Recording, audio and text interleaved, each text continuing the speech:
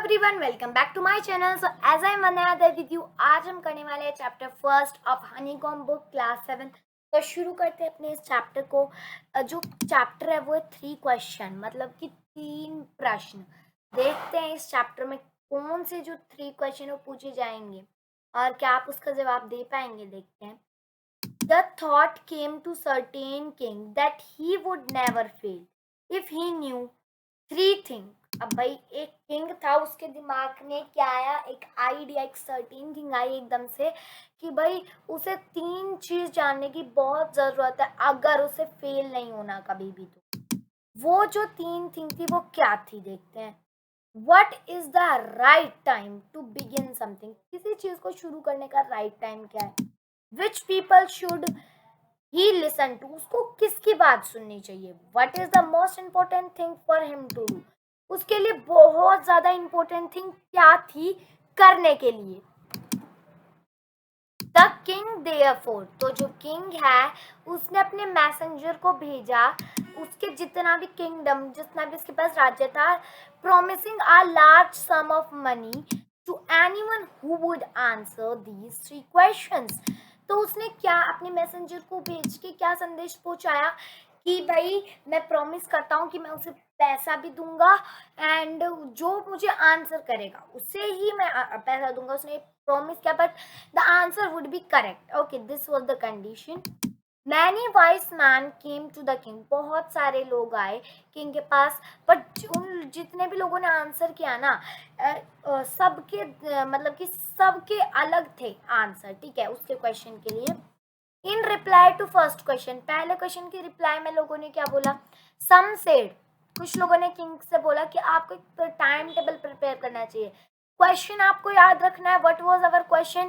Question was that what is the right time to begin something, कोई चीज शुरू करने का राइट टाइम क्या? तो लोगों ने क्या आंसर दिया कि भाई राइट टाइम क्या, आप अपना एक टाइम टेबल बना लो।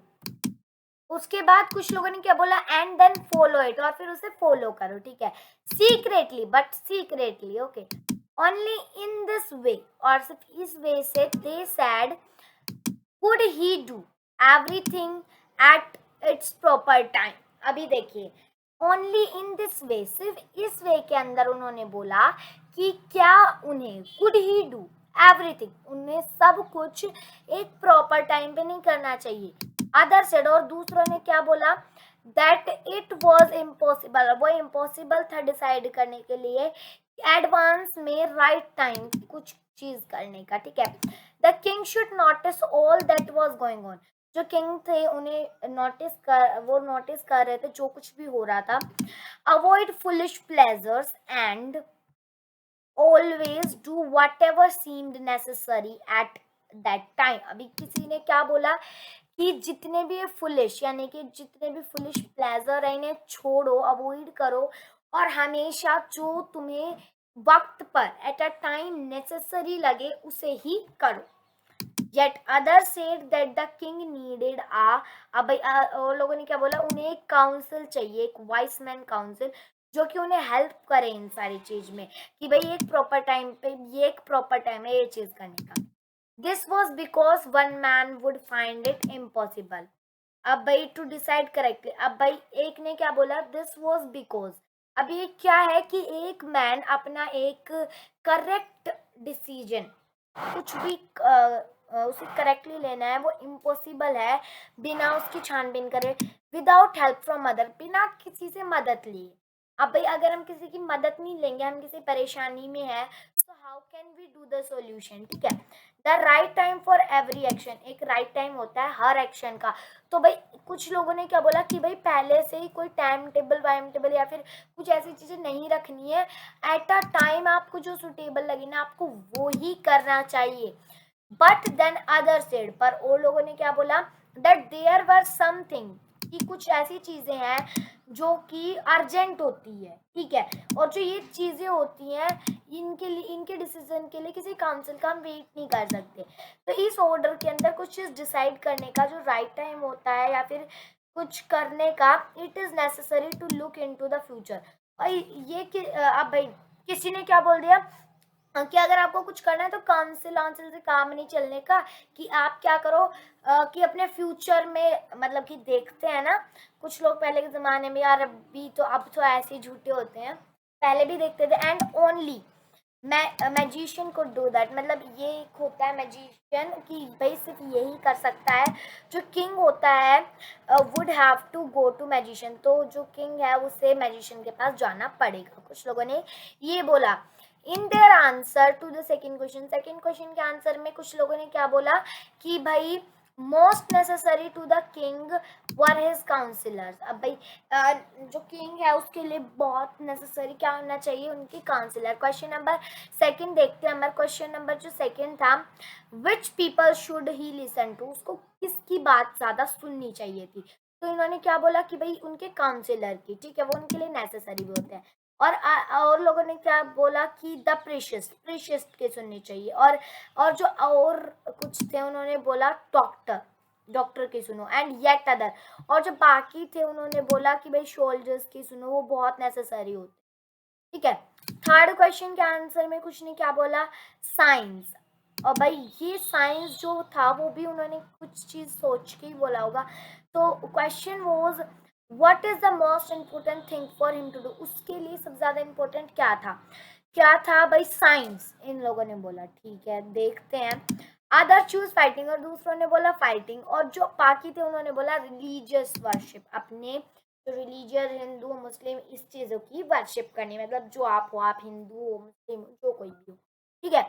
As the answer to his question, उसके जो क्वेश्चन के आंसर थे बहुत ही डिफरेंट थे। जो किंग था वो किसी के भी आंसर से सेटिस्फाइज नहीं था और किसी को भी रिवॉर्ड नहीं दिया। तो Instead, he decided to seek the advice of a certain hermit. तो उसने क्या सोचा, वो किसकी डिसाइड ले, मतलब किससे अपनी सलाह ले।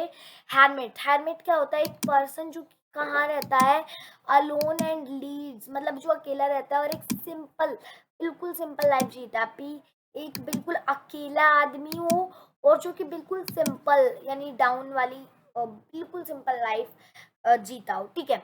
After that who was widely non for his wisdom. After that जो hermit था वो lived in a would which he never left. अभी देखिए, आप सोच रहे हो वुड तो लकड़ी होती है, अब भाई इसमें वुड का क्या यूज है। अगर कुछ इस तरीके का आपको वो मिले वुड, ठीक है, अगर वुड के साथ लिव मिले तो वो होता है एक स्मॉल फॉरेस्ट। ठीक है, एक छोटा सा जंगल। वो उस जंगल में रहता था और उसने कभी भी उस जंगल को नहीं छोड़ा और उसने किसी को भी नहीं देखा but simple people. He saw no one but simple people. ठीक है, उसने किसी को भी नहीं देखा, एक सिंपल पीपल तक को नहीं। And so the king put on ordinary cloth, तो जो मतलब कि उसको ऐसे राजा वजह नहीं दिखे सिंपल पीपल में, मतलब सिंपल पीपल वो बन के गया वहाँ पे बिल्कुल ऑर्डिनरी कपड़े पहन के। Because he before he reach the hermit हट, जो वो तब तक hermit के घर पहुंचता, the king left his horse. क्या हुआ, किंग ने उसका घोड़ा थोड़ी दूर पर छोड़ दिया विद हिज बॉडी गार्ड, अपने बॉडी गार्ड के साथ, और अकेला ही उनसे मिलने गया।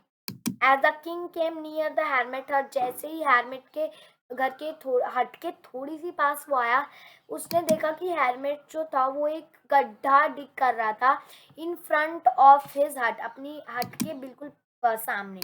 ही greeted the king and continue digging, उसने किंग को ग्रीट किया, मिला और फिर अपनी डिगिंग कंटिन्यू कर दी। जो hermit था वो बहुत ही बूढ़ा और बहुत ही कमज़ोर हो गया था। And as he worked he breathed heavily, और जैसे ही वो काम करता था बहुत ही गहरी सांस भी लेता था। ठीक है गाइस, तो आगे क्या है, जो किंग था वो गया hermit के पास और उससे बोला कि I have come to you, मैं तुम्हारे पास आया हूँ वाइस hermit के पूछने के लिए, 3 क्वेश्चन के आंसर पूछने के लिए। How can I learn to do, मतलब वो उसने और कोई मतलब वही 3 क्वेश्चन उसे बता दिए। ठीक है। सो आगे क्या है, जो hermit था उसने किंग की बात सुनी और वो कुछ भी नहीं बोला। ही वेंट ऑन डिगिंग, वो फिर से डिगिंग करने चला गया।